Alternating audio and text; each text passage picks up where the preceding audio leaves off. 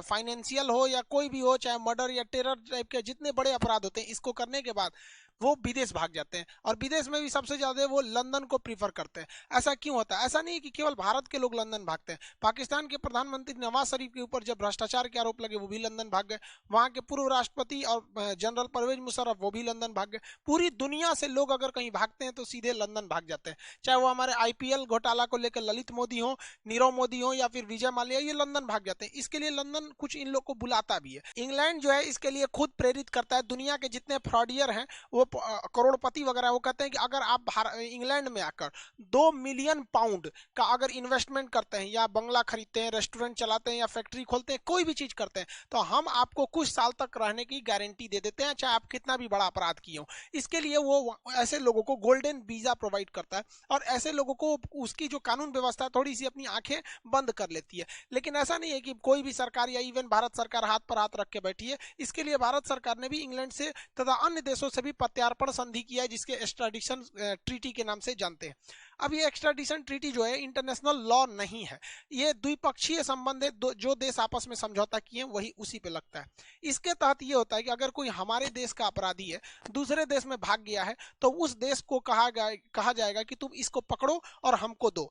तो अगर देखिए, पकड़ने के लिए वो देश पकड़ेगा नहीं पकड़ेगा इसकी कोई गारंटी नहीं है। तो इसके लिए इंटरनेशनल पुलिस, शॉर्टकट में इंटरनेशनल को शॉर्टकट में इंटर, पुलिस को पोल, तो इंटरपोल के पास जाया जाता है। इंटरपोल एक नोटिस निकालती है जिसे कहते हैं रेड कॉर्नर नोटिस, और वो रेड कॉर्नर नोटिस उस देश को दिया जाता है कि देखो तुम्हारे देश में ये अपराधी खुलेआम घूम रहा है, पकड़ के दे दो। लेकिन फाइनेंशियल केस में क्या होता है कि व्यक्ति खुलेआम घूमता ही है, जैसे नीरव मोदी हो गया, विजय माल्या हो गए, ललित मोदी खुलेआम घूमते हैं। लेकिन जैसे दाऊद इब्राहिम जैसे लोग, ये लोग खुलेआम नहीं घूमते हैं। तो जो छुप के उन्हें पकड़ने के लिए रेड कॉर्नर नोटिस लाया जाता है, उसके बाद प्रत्यार्पण कराया जाता है। लेकिन जो खुलेआम घूमते हैं उनके लिए प्रत्यार्पण कराया जाता है। तो भारत ने 1992 में ही प्रत्यार्पण संधि कर लिया था।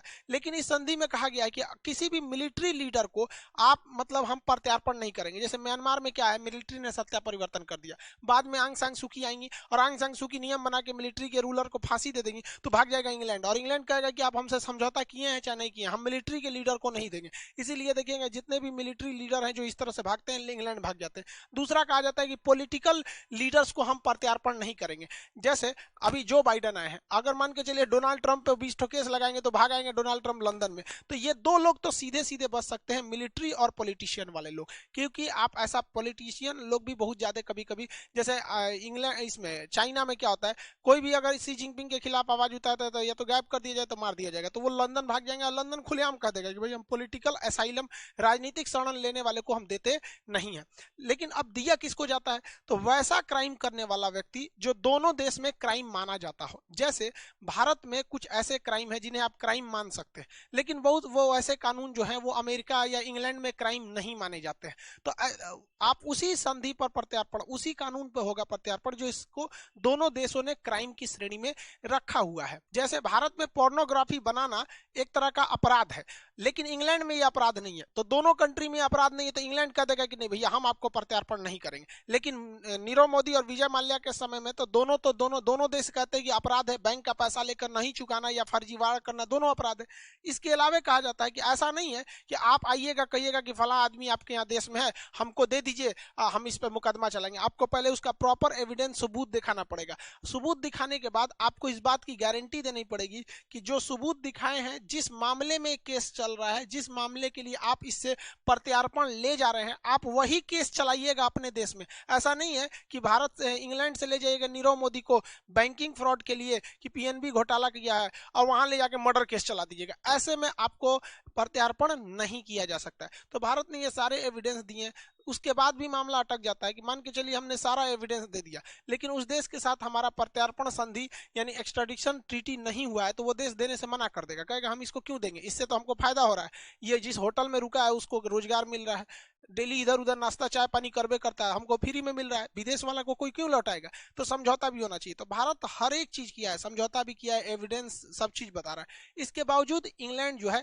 आप कुछ भी कर दीजिए आपके केस को फंसा देता है, क्योंकि इंग्लैंड इस तरह जानबूझ के कहता है इंग्लैंड कि हमारा समझौता से बहस नहीं है, पहले ये कोर्ट डिसाइड करेगी कि हमें लौटाना है या नहीं, यानी जो जो चीजें जरूरी हैं ये कोर्ट में जाएगा। और ये शुरुआत करता है इंग्लैंड डिस्ट्रिक्ट कोर्ट से। अब आप बताइए भैया, डिस्ट्रिक्ट कोर्ट में 3 साल लटक जाएगा मामला। डिस्ट्रिक्ट कोर्ट अगर डिसाइड कर दिया कि नहीं भैया इनको कहाँ भेज दीजिए, भारत में भेज दीजिए, तो अब वो आदमी कहता है कि नहीं हमें भारत मत भेज दिए, वो चला जाता है हाई कोर्ट में। अब हाई कोर्ट कहेगा कि नहीं नहीं आप आपको भारत भेजना पड़ेगा। जैसे नीरव मोदी के केस में हाई कोर्ट ने इंग्लैंड का कह दिया कि नहीं आप भारत जाएंगे, तो अब ये लोग कहाँ जाते हैं, सुप्रीम कोर्ट में। लेकिन सुप्रीम कोर्ट में जाने से पहले यहाँ इन्हें एक और मतलब परमिशन लेनी पड़ती है हाई कोर्ट से कि ये मामला सुप्रीम कोर्ट के लायक है कि नहीं। तो नीरव मोदी के केस में जज ने कह दिया हाई कोर्ट का कि नहीं आप भारत ही जाएंगे, आपको ये मामला इंग्लैंड जाने मतलब सुप्रीम कोर्ट जाने लायक नहीं है। लेकिन अगर सुप्रीम कोर्ट जाने लायक रहता तो 1-2 साल और फंस जाता। तो यहाँ तो खत्म हो गया। लेकिन सबसे ज्यादा अगर किसी को बचाता है तो इंग्लैंड का एक वो है European court of human right.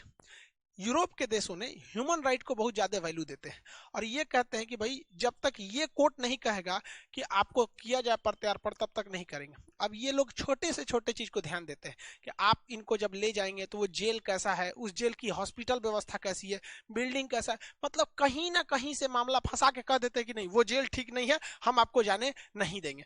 अभी क्या है कि नीरव मोदी के साथ अभी भी ये मामला थोड़ा सा अटक सकता है, क्योंकि उनका कहना है कि भाई जो मुंबई का आर्थर रोड है उसकी व्यवस्था ठीक नहीं है। लेकिन इनका आना एकदम फिक्स हो गया है, क्योंकि आर्थर रोड जेल में कुछ कोरोना के मरीज भी मिले थे। हालांकि अब वहां भी कोरोना के केस कंट्रोल में है और नीरव मोदी जब आएंगे तो उनको आर्थर रोड जेल के बैरक नंबर 12 में रखा जाएगा। वहां पर संजय दत्त को भी रखा जा चुका है, अजमल कसाब जैसे लोगों को भी वहां पर रखा जा चुका है। वो बहुत ही ज्यादा सेफ्टी वाला वो जेल है। अब इनका यहाँ पर आना फिक्स हो गया। लेकिन बात अटक जाती है कि कब तक हम लोग ऐसी लंबी प्रक्रिया को लेके चलेंगे। एक बार district court, high court, supreme court, फिर वहां के ह्यूमन राइट कोर्ट में जाएगा, फिर मामला अटक जाएगा। हम लोग 131 ऐसे भगोड़े लोग हैं जिन्हें हम लाना चाहते हैं, जिसमें अब तक केवल 2 ठो को लाने में कामयाबी मिली है। मतलब 1% से 2% लोग को ही हम लोग ले आ पाते हैं, बाकी को नहीं ला पाते। तो इसके लिए हमें एक लॉन्ग टाइम सोचना पड़ेगा। हमें एक स्पेशल जेल बनाना पड़ेगा जिसका नाम जेल ना लग के कोई और नाम रखा जाए। जैसे आगा खान पैलेस था, भारत में अंग्रेजों ने बनवाया था, उसी टाइप का कोई पैलेस वगैरह रखा जाए जिसमें खूब बढ़िया इंफ्रास्ट्रक्चर हो, उसका जो गेस्ट रूम की तरह उसका बेडरूम वगैरह हो, गार्डन वहाँ बहुत अच्छा हो, जिम वगैरह की भरपूर व्यवस्था दी जाए वहां पर, और एकदम बढ़िया योगा मेडिटेशन ग्राउंड हो अच्छे से टहलने वगैरह के लिए, हॉस्पिटल की व्यवस्था ए ग्रेड, स्विमिंग पूल से लेकर इंडोर का जितना गेम है ये सारी व्यवस्थाओं को वहां रख दिया जाए। बेहतरीन ढंग का वहां पे रेस्टोरेंट टाइप का अंदर बना दीजिए, किचन हो, वेल फर्निश बाथरूम वगैरह हर चीज बढ़िया हो, लाइब्रेरी हो, अपना सारा चीज हो, और उसको वेल एस्टेब्लिश करके इंग्लैंड का जो कोर्ट है उसको और जो वहां का ह्यूमन राइट कोर्ट है उसको एक बार निमंत्रण दिया जाए कि आप आइए हमारे यहाँ, हम खर्च देते हैं और जांच कीजिए कि हमने ये जो व्यवस्था दिया है इसमें कोई कमी तो नहीं है। और अगर वो कमी कहते हैं तो फिर उसको फिर से सुधार के उनसे एनओसी ले लिया जाए, नो ऑब्जेक्शन सर्टिफिकेट, की बहुत अच्छा पैलेस है। उनको बताना नहीं है कि जेल है, नहीं तो सोच रहा फिर अटका देगा सब। पहले उनसे सर्टिफिकेट ले लेना है और ये जितनी चीजों बनवाना है उसको कोशिश ये करना चाहिए भारत सरकार को कि उस कंपनी से दिया जाए जो इंग्लैंड की महारानी का महल बनाया है। हर चीज जो कंपनी का उनके यहाँ टॉयलेट बाथरूम है वही लगाओ, किचन जो वहां बना मतलब एकदम सेम, ताकि इंग्लैंड का कोई भी कोर्ट या फिर ह्यूमन राइट ये ना कह सके कि इस महल में, इस पैलेस में किसी चीज की कमी है। जब ये बन जाए ना तब भारत के लिए सही है। अब वहां पे प्रत्यार्पण किया जाएगा तो ये ह्यूमन राइट वाले कहेंगे कि जिस जेल में ले जा रहे हैं व्यवस्था नहीं है, तो कहा जाएगा देखिए 2 साल पहले आप ही लोग घूमने गए थे भारत में, कहते कि 1 नंबर व्यवस्था है, उसी पैलेस में ले जाएंगे, वो जेल नहीं है पैलेस है वहीं ले जाएंगे। तो एक रास्ता ये बच सकता है हम लोग के लिए, ये काफी अच्छा है। क्योंकि वो लोग नॉर्मल जेल भारत का देखिएगा ना, तो हम ये नहीं करेंगे किसी को जेल में ले आके फैसिलिटीज दिया जाए, अरे कम से कम लाइएगा तो बढ़िया जगह रख के थूरेगा आदमी। कोई जरूरी है कि खराब जेल में थूरेगा? थूरने के लिए ऐसे ही बढ़िया जगह बढ़िया कुर्सी पे बैठा के थूरेगा आदमी, ऐसा थोड़ी कर रहे हैं कि आप थूरिएगा नहीं, लेकिन लाइए, क्योंकि इससे क्या होता है अटक जाता है, लोगों का मन बढ़ जाता है। ऐसा अंग्रेजों ने भी किया था। भारत छोड़ो आंदोलन बहुत ही विकराल रूप लेने जा रहा था 8 अगस्त 1942 को। ये वो समय था जब इंग्लैंड की कमर तोड़ दिया था जर्मनी ने द्वितीय विश्व युद्ध में। इसी बीच महात्मा गांधी ने देखा लोहा गर्म है, अभी प्रहार करना सही है, डू और डाई, करो या मरो का नारा दिया भारत छोड़ो आंदोलन में। अंग्रेज अंग्रेजों ने ऑपरेशन 0 आवर करके एक आंदोलन चलाया, मतलब एक ऑपरेशन चलाया और रातों रात सारे नेताओं को गिरफ्तार कर लिया गया। इसी में महात्मा गांधी को गिरफ्तार करके आगा खान पैलेस में रखा था। जरा इतिहास से सीखिए, क्या भारत में जेल की कमी थी? लेकिन आगा खान पैलेस में रखा और लोगों के संभावना सिंपैथी जीता कि हम महात्मा गांधी को जेल में थोड़े रखें, पूना के आगा खान पैलेस में रखें। तो भारत सरकार को भी कहना चाहिए कि हम नीरव मोदी या विजय माल्या या जो भी भारत से गए हम उन्हें जेल में नहीं डालेंगे, हम भी उन्हें पैलेस में रखेंगे। आओ तो भैया यहाँ पर, ताकि कुछ मतलब वो लोग अड़ंगा ना लगा सके। कहा जाता है ना, इतिहास से हमने यही सीखा है कि इतिहास से हमने कुछ नहीं सीखा है। इतिहास से कुछ सीखना चाहिए कि आखिर अंग्रेज पागल थोड़ी थे कि जो गांधी जी को महल में रखेगा सब। नहीं तो इसको काउंटर करने के लिए भारत सरकार को भी नेशनल ह्यूमन राइट्स में यह कह देना चाहिए कि कोई भी विदेशी, खास करके यूरोप का व्यक्ति या इंग्लैंड का व्यक्ति, अगर वहां कोई फ्रॉड करता है तो भारत में आ सकता है, वो भी यहाँ पे 200-400 करोड़ का इन्वेस्टमेंट कर दे, कोई दिक्कत नहीं है, हम भी उसे रहने देंगे। और अगर इंग्लैंड चाहता है कि उन्हें वापस इंग्लैंड में ले जाया जाए